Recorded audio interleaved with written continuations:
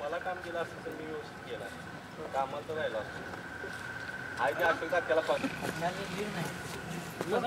जिल्ह्यातील पलूस तालुक्यातील अंकलकोप गावात मी इथं आलेलो आहे।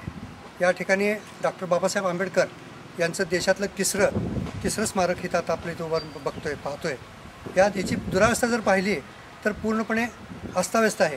ही सदरची इमारत 2011 साली बिल्डरनं ताब्यात PWD खात्याकडे दिली गेली, पण त्याची जबाबदारी आजपर्यंत कुठल्याही शासनाच्या अधिकाऱ्यांनी घेतली नाही। ह्याच्यापूर्वी पूर्णपणे प्रिंट मीडिया असू देत, इलेक्ट्रॉनिक मीडिया असू देत, या कुठल्याही मीडियाने एवढी म्हणजे ह्याला वाचा पडण्याचं काम बरंच केलं, परंतु कुठल्या प्रकारे त्याला वाचा फुटली नाही आणि सदरचे अधिकारी मुख घेऊन गप्प आहेत। या प्रकरणी चौकशी केली असता असं समजतं की सदरच्या जागेसाठी डॉक्टर पतंगराव कदम, माजी मंत्री डॉक्टर पतंगराव कदम यांनी 2,82,00,000 रुपये खर्च केले, म्हणजे निधी दिल्याचं समजतं। आंबेडकरांचा पुतळा उभा करण्याचं हे समोर ठिकाण आहे, आपण पाहत होते अशी त्याची जागा आहे। आणि यामागे आपण पाहताय की पूर्णपणे इथे हा जो संपूर्ण जो परिसर पाहता तर दारूच्या बाटल्यांचा खच पडलेला आहे, दारूच्या बाटल्यांचा खच पडला आहे आणि पूर्णपणे ह्या सगळ्या इमारतीमध्ये पूर्ण अस्ताव्यस्त आहे। कुठल्याही प्रकारे वीज कनेक्शन नाही।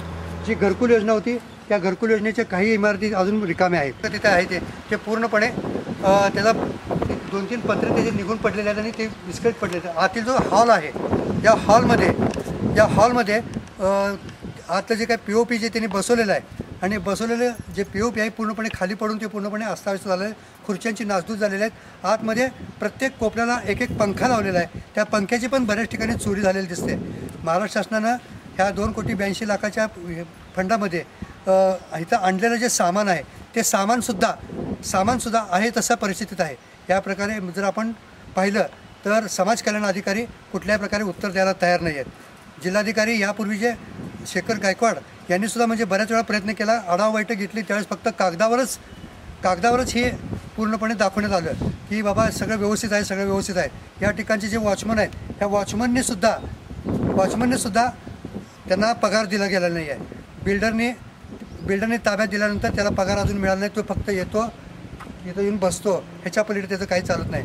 आणि उद्या तर 6 डिसेंबर आहे आणि डॉक्टर बाबासाहेब आंबेडकर यांचा महानिर्वाण दिन आहे। लोक सगळे देशात पूर्णपणे डॉक्टर बाबासाहेब आंबेडकरांना अभिवादन करण्यासाठी पोचत आहेत। सगळ्या समाजातील सर्व स्तरातील आणि सर्व राजकीय पक्ष वगैरे तिथं हार घालत आहेत, परंतु या ठिकाणची पूर्णपणे भग्नावस्था पाहता आपल्याला असं वाटेल की बाबा अजूनही आंबेडकरांचं त्यांनी देशासाठी काय काम केलं, त्या देशासाठी जे काम ज्यांनी केलं त्यांची ही अशी म्हणजे जर त्या स्मारकाची जर अशी दुरावस्था जर असेल तर ह्याच्यापेक्षा वेगळं काही सांगू शकत नाही। 7 स्टारसाठी मी अरुण मोडक, कॅमेरा।